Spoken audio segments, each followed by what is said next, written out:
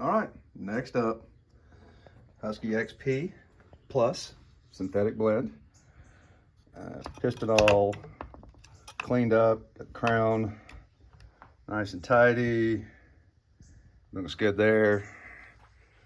A little light buff on the cylinder with some Scotch-Brite just to knock down any burrs or whatever. I'm gonna head up to the woodlot this first thing in the morning, and then we'll tear it down late this afternoon at the end of business, and I'll put everything together. Don't skip over this part. Just give me a couple minutes of your time. So yesterday I came over and cut my neighbor Sandy's grass. And you say, hey Rich, why are you cutting Sandy's grass? Well, Sandy's part of the greatest generation, and she doesn't need to be cutting her own damn grass. So over the last, I don't know, decade or two, the other neighbor Roger, who just passed away a couple of days ago, or a couple of weeks ago, this man was in better shape at 90 than most of us that are significantly younger. So anyway, I come over and buzz his grass the day he died, but it really didn't need it. He died of cancer. It ate him up pretty hard. Doctors gave him 6 months, and he lasted 3. Died at home, just like he wanted to. And anyway, there's just not enough of the greatest generation left. So do something nice for what's left of the greatest generation. You know, only take a little bit of time. But Roger cut his grass, her grass, and my grass before I moved in, because the man that lived there was elderly. Not nearly as old as Roger, but certainly not as good at physical shape. Roger weed eats and everything else. Takes care of the bushes. When he was here, he cut his grass 10 days before he died. And weed eated, and cut her yard, and weed eated. Just so nothing would look like shit when he died. So anyway, y'all think about that and do something for the greatest generation when you have the opportunity. All right, let's do a little bit of cutting. I've got some Husqvarna HP Plus semi-synthetic 50-to-1 89 octane non-ethanol gas. Let's make a few cuts. You won't have to sit around and watch all this, but you can see how the saw's running, and I did a fresh touch-up on the chain. It didn't need it, but I knew I was going to be cutting a good bit, so while I had the grinder set up, that set home hexaground I'm doing.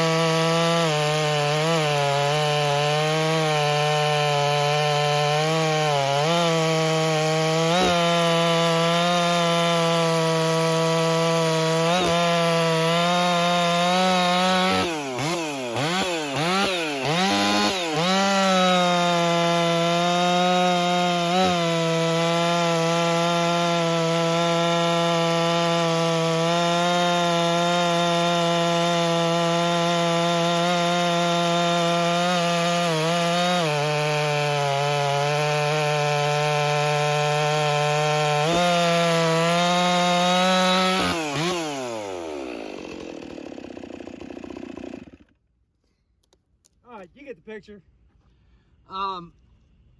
That's all I got. All right, before we get down to tear down, I've done again a little bit of pre-tear down. Just some thoughts before I haven't looked yet, so we'll find out together.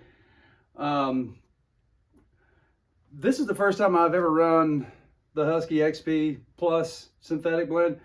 Smells good, and I noticed, now it was only like mid to high 80s today when I was cutting, as opposed to 100, but the saw seemed to run a little cooler. Maybe that's just because it wasn't quite so hot outside. Nothing factual, just feels like. I try and keep that stuff out of there, but it smelled good, and saw ran flawlessly. Again, I'm not changing the tune or anything on this. So let's get to the brass tacks.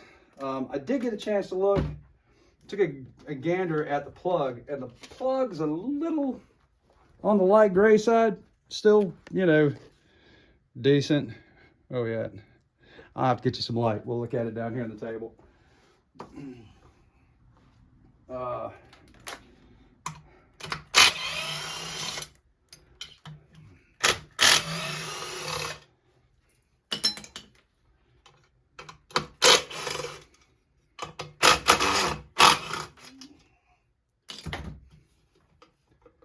And I feel like I could really tear this thing apart in my sleep.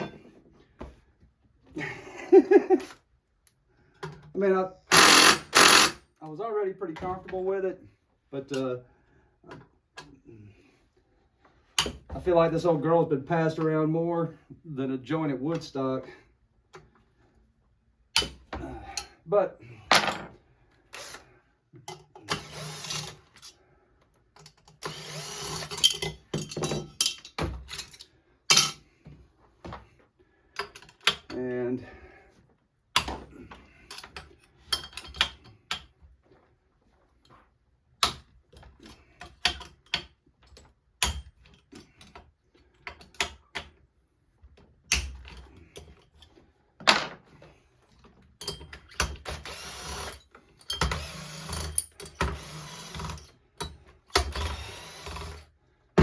And if y'all haven't noticed, I am getting suspiciously close to 1,000 subscribers.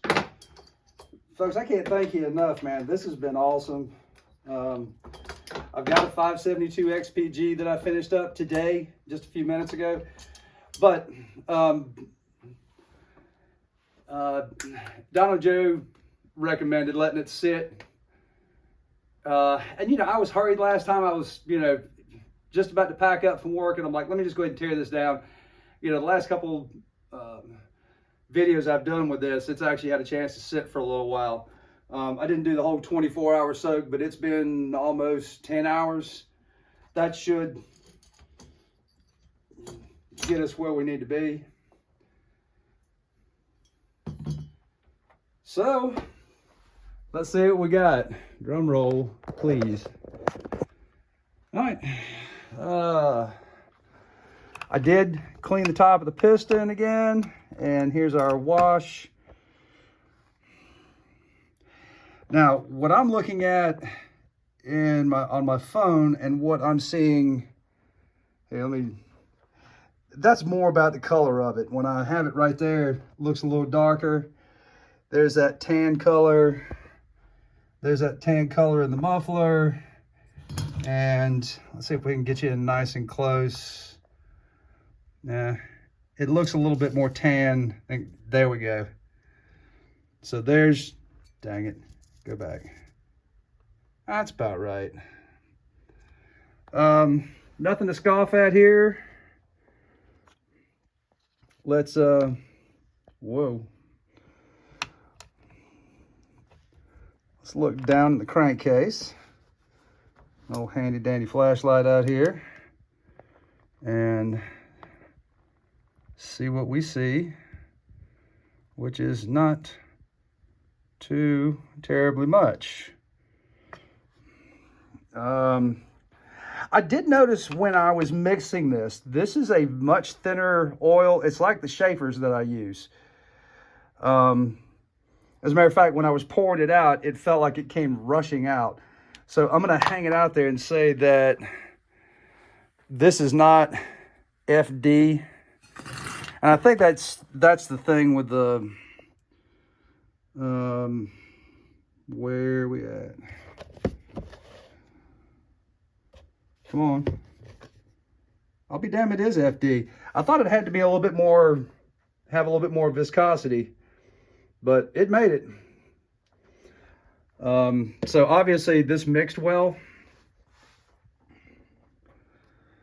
Got some glistening, not a whole lot of film, you know, but there in the corners of the crankcase, we got that. You know, some nice sheen on the side. Let's pull this forward. And a little bit of that. So, I mean, if I back this out a little bit, maybe catch this, you know, you can actually see. And I just let this idle for like 10 seconds and then shut it down. Now, obviously, I keep getting some of these very light scratch marks, and I've polished the shit out of the jug. And that used jug just must have a little tiny bit of something somewhere. You know, the jug hasn't been ported or anything like that. It's just a factory jug that's been cleaned up over and over again. Let's push this forward. Nah, really can't get. Let's go back down in here and see. There's one little droplet down there at the bottom, but you know, there's what I'm seeing. You know, there's oil on the inside of the piston. Everything seems to be nice and shiny. I'd give it a thumbs up. Smells good, runs good, has some decent film strength. I bet this would look like a champ at 40-1. I do remember when we pulled in the very first, you know, run anything but ultra video that started all this nonsense. I looked up some of the flash points, and this was both the Husky oils were very low flash point. So, you know, you can take that for what it's worth. I'm not a engineer chemist by trade.